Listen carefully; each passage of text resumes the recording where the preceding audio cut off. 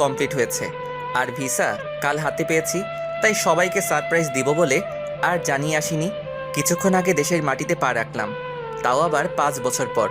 মাটির গন্ধে মন প্রাণ জুড়িয়ে গেল। মনটা খুব ছটফট করছে বাবা মাকে দেখার জন্য। তাই আর এয়ারপোর্টে দেরি না করে বাসার উদ্দেশ্যে রওনা হলাম। যেতে 2 ঘন্টা সময় লাগবে। ততক্ষণে আপনাদের আমার পরিচয়টা দিয়ে নেই, যদিও অনেকেই আমাকে চিনে। আমি ওমর ফারুক ফাহিম, ওরফে ফাহিম শেখ। পরিবারে আমি, বাবা আর মা।